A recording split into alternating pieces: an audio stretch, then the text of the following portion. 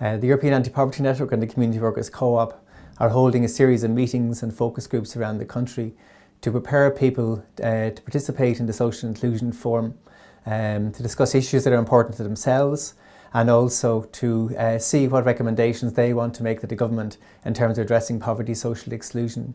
And this video has been made to ensure that people have a direct voice into the Social Inclusion Forum, so that participants in the Social Inclusion Forum can hear what the issues are in the local communities and what people want to say from those communities to those attending the Social Inclusion Forum in order to address and prevent poverty and social exclusion. So meetings were held in areas like Portlaoise, in Drogheda, a focus group in Ballymun, in Galway, in Enniscorthy, and also a group focusing on migrants and issues affecting migrants and around poverty and social exclusion. So these are key issues for people, issues on the ground that affect people, and issues that people want to hear as a participant in the Social Inclusion Forum, whether you're from the community organisations themselves or policy makers who have a chance to kind of change and implement policies which improve the lives of people in local communities.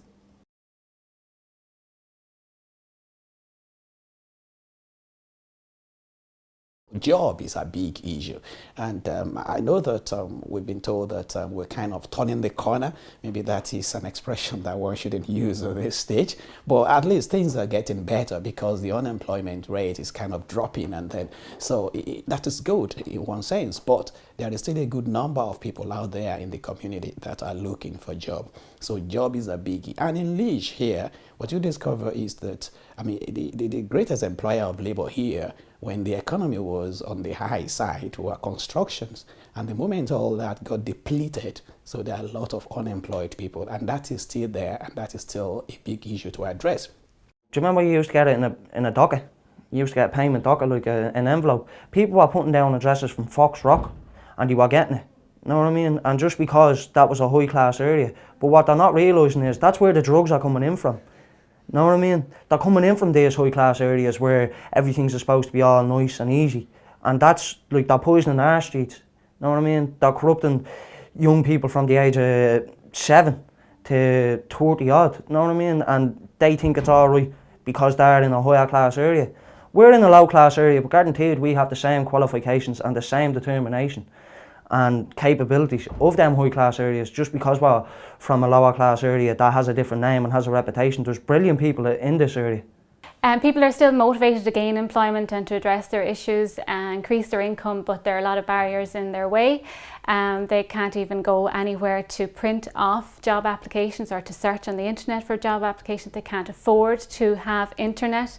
They can't afford to make the mobile phone call.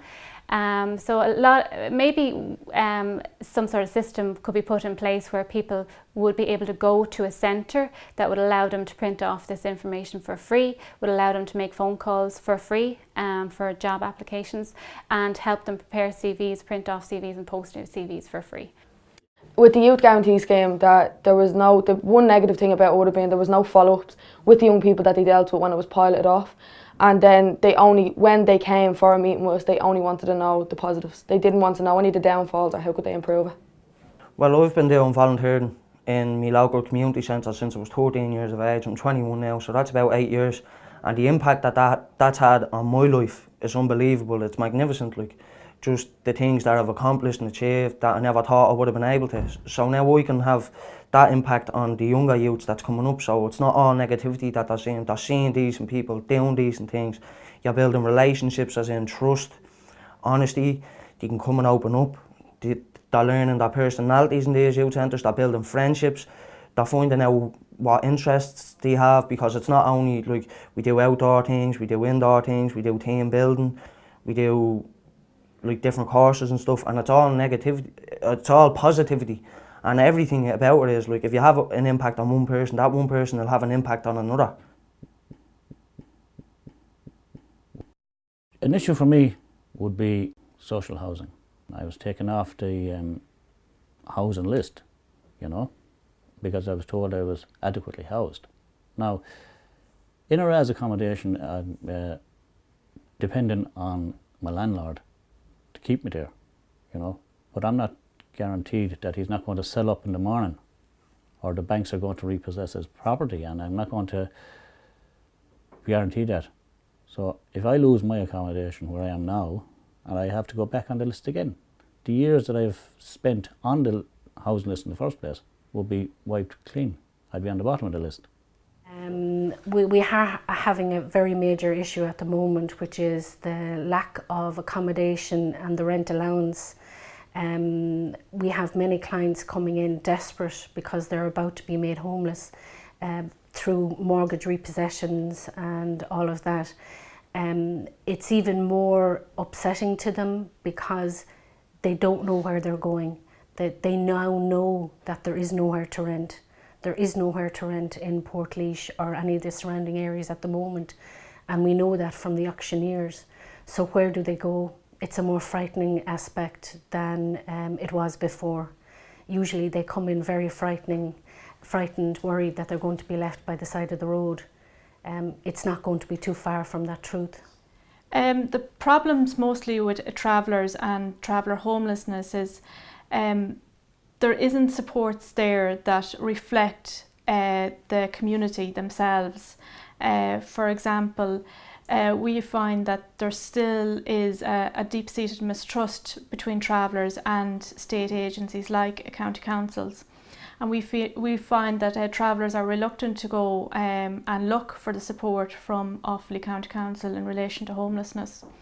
Also, when they do, the supports that are available don't take into account traveller issues. Again, like many travellers are expected to go and travel outside of their county for a hostel, and in reality this isn't practical for travellers in the county. So I met a traveller woman in April 2014 who was homeless. She just got a home 2 weeks ago. The issues that she experienced in the intervening time has had a detrimental effect on her, and probably will take a long time for her to get over. Her mental and her physical health were really impacted, as well as our own organisation. Like our mental health was affected by meeting this woman on a continuous basis and seeing the deterioration in her health.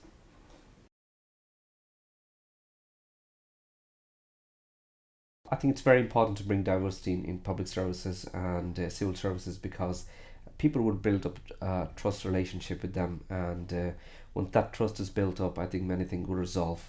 Undocumented migrants wants to be visible and wants to participate in the community, and when we want a normal person in a normal community, and we don't want a barrier between the Irish and the documented for us, because we're undocumented. We're not criminal, we're human beings. Now, another issue out there is education, and most especially education of children of asylum seekers in direct provision centers. Some of these asylum seekers have been in the centers for 7 years, or some are even there more, over 7 years. And their children are growing up in the centers with them. Their children, as we all know, children in this country are entitled to free primary and secondary education. They get that for free. But when it comes to third level education, children of these asylum seekers are asked to pay foreign students' fee. There is no way the asylum seekers can afford this payment. We have to remember, these asylum seekers are on €19 a week. Where are they going to come up with that money? No way. Now, what I want to suggest the government do is that ensure that they facilitate the passage of these children to third level education. And how do they do that? Or how will they do that? The thing is, now what they do is ensure that any children in direct provision center, either their parents have got the status or not, as long as they are in the country legitimately, legally, they should be allowed that opportunity. Because if we don't do that, if their parents are able, they get the status in future, what you see is that we are going to have a generation of children that don't have third level education in this country, and I don't think it is good for us as a nation. the issues I have in the community that I live in, because I live in direct provision, is the point where people's lives are put on pause. People live in direct provision from 1 year to up to 11 years. And during that time, your life is on pause because you are not allowed to work. You are not allowed to cook, even to exercise your cooking, you know, as a mother for your children. And children who are older, they are not allowed to go to third level education. I think that is unacceptable because people's lives shouldn't be put on hold. Direct provision has violated human rights issues, has put people in very compromised positions, especially when it comes to their human dignity. And the only way to restore that is to clear the backlog and make sure that the people that are living in direct provision are given their freedom, and they're given their freedom to decide on a way of life. Most of them living in direct provision cannot cook for themselves, cannot decide on basic things, and they are always given an allowance of 1910, which is not even enough. And for children, €9.60, which is not enough, puts children in poverty and poverty again. I would like the government to, as far in any way they can, to please support migrant-led organizations, because we know where the pains are in the shoes that we are wearing, and we know how to help how to give the support that we think our communities need. The kids come to us after their school and we give them help with their homework. What we're finding is an increasing number are presenting hungry. So what the problem we find is we need to feed them before we teach them. And that's hugely difficult for us as an organisation and for the children, because you can't concentrate if you're hungry. So that's one of the big issues we're finding. Of course, they present with a whole load of different social issues as well. And those issues range from poverty to living with grandparents rather than parents, bullying in school, ethnic minorities, and all the issues that go with that. On the education side, particularly because through my work and personally, I know many children with special needs. Some are accommodated in mainstream schools, but the fact that the SNA numbers have been reduced, it has been quite worrying and very frightening for parents who just feel so isolated. The Community Workers Cooperative and EAPN have conducted preparatory meetings all around the country, and also a number of thematic meetings on the key themes, reflecting the key themes chosen for this year's SIF. And I think one of the key characteristics from those preparatory meetings, perhaps more than any other year, is the level of consultation fatigue that people have been expressing. What they're saying to us is that they are sick of saying the things that they are saying, the very human, very heartfelt issues that they are highlighting, again, year after year after year, without getting to hear of any progress made on those issues.